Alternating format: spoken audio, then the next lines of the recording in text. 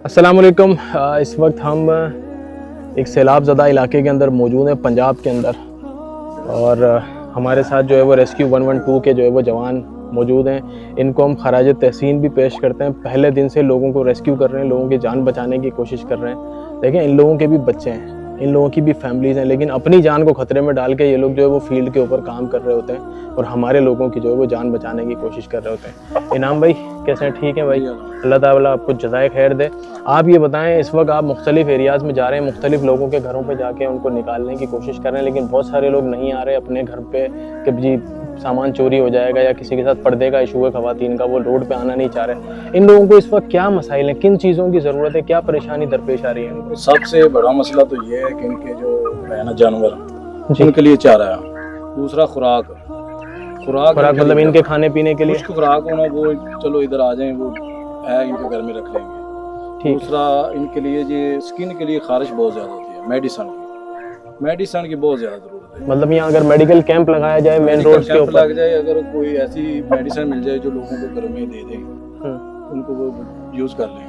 अच्छा, मुझे बताएं, अगर हम यहाँ पर डॉक्टर प्रोवाइड करते हैं, मेडिसिन प्रोवाइड करते हैं, तो क्या आप हमें ये फैसिलिटी देंगे कि आप लोगों के जो है वो घरों तक जाके डॉक्टर का सबका चेकअप करा दें? क्योंकि लोग तो रोड पे इतने सारे लाना जो है वो, एक डॉक्टर को अगर हम इसी आपकी बोट में आपके साथ लेके निकलें तो आप क्या सपोर्ट करेंगे? जी बिल्कुल लेकर जाएंगे हम आगे लोगों के घर पे, लोगों को चेक कराएंगे, आपके साथ जाएंगे इंशाल्लाह।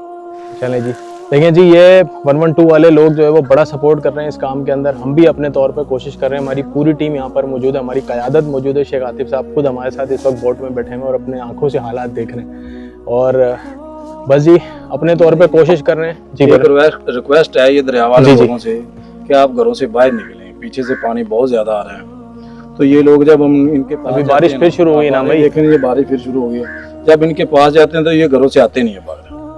वो कहते हैं ना जी, चोरी हो जाता है हमारा सामान, पहले भी चोरी हो गया था। रह जाए घर में, चलो बच्चे तो है ना, कम से कम बच्चे ही नहीं आते। ये पीछे अब बहुत ज्यादा आगे है ना, गाँव बहुत ज्यादा गाँव, वो आते ही नहीं है। चलें, इसमें कुछ लोगों ने हमसे भी दरख्वास्त की है कि हमारे पास खेमों का बंदोबस्त नहीं है रोड पे, इंशाल्लाह वो भी हम करते हैं। फिर कुछ लोगों से हम भी दरख्वास्त करेंगे कि भाई आप एक बंदा यहाँ पे रह जाए और बाकी फैमिलीज जो है वो खवातीन और उन लोगों को हमेशा वहाँ निज़ाम बना दें टेंट की सूरत में खाने पीने का। कि फैमिली का जो एक फर्द है वो रुक जाए जी, ठीक है, और कुछ अपने कोल हिफाजती चीज़ भी रखे, अगर कोई जायज़ चीज़ है अपने दिफा के लिए, तो एक दो घर के मर्द जो हैं वो बैठ जाएं, पूरी फैमिली की नकल मकानी हो जाए। कार से 2 मर्द होने चाहिए, इतना काफ़ी है क्या?